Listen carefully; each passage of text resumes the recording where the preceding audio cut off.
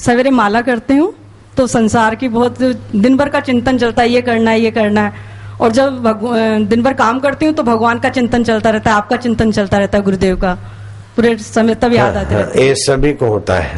जब ध्यान भजन में बैठेंगे ना तो संसार का चिंतन होगा, और संसार के काम में रहेंगे तो भगवान का गुरु का चिंतन होता है। ये सब के साथ ऐसा होता है, क्योंकि जब काम करते हैं ना तो उसमें लगे रहते हैं, तो फिर अंदर की असली प्यास भूख ईश्वर के तरफ की, तो उधर का चिंतन करेगा। जब उधर करते हैं तो काम से फारिग हो गए तो थोड़ा समय मिला तो जिधर का संस्कार पड़ा है वो भी खुल जाएगा। तो उस समय क्या करें, उस चिंतन को सच्चा ना माने।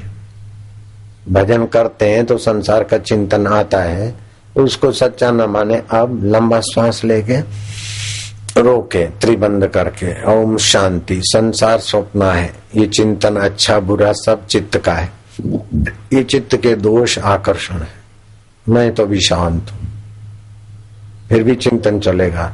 ओम, न चिंतन से लड़ो, न चिंतन से जुड़ो, न चिंतन को मिटाओ, उपेक्षा कर दो।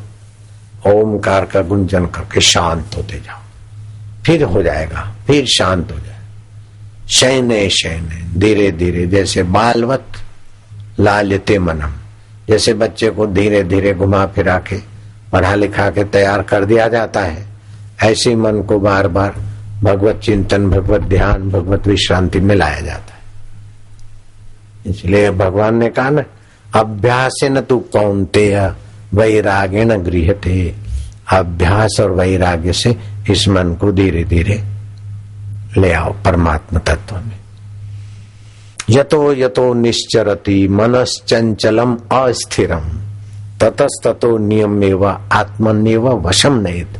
जहां जहां मन जाए वहां से उसको घुमा के, अथवा तो फिर जहां जहां मन जाए उसकी गहराई में भगवान की सत्ता याद दिलाओ। समझो गंगा जी दिखी, पानी दिखा, चोर दिखा, अच्छा दिखा, बुरा दिखा, उसकी गहराई में कौन? चैतन्य आत्मा। तो चिंतन से भिड़ो नहीं, चिंतन में बहो नहीं, चिंतन के मूल में अपना स्थिति आ जाए। इसको बोलते अविकम्प योग। निश्चिंत होके शांत रहे वो तो योग है, लेकिन व्यवहार में भी रहे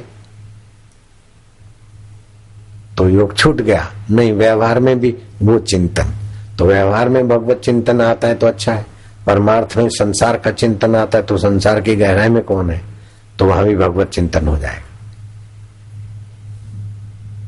और भगवत चिंतन का मतलब चिंतन करते रहो, चिंतन करते करते चिंतन रहित, न किंचित अभी चिंतित, कुछ भी चिंतन ना हो। और फिर भी कोई होता है तो चिंतन होता है चित्त में, हो तो अ और म के बीच चिंतन रहित अवस्था है। और एक टक देखते रहेंगे और चिंतन रहित अवस्था में टिकने का अभ्यास करेंगे तो 10 मिनट में कुल मिला के जरा जरा करके आधा मिनट, 1 मिनट भी निसंकल्प अवस्था आई तो फिर धीरे धीरे 1.5-2 मिनट, 4 मिनट बहुत हो गया। निसंकल्प अवस्था का यात्रा में बहुत कुछ हो जाता है।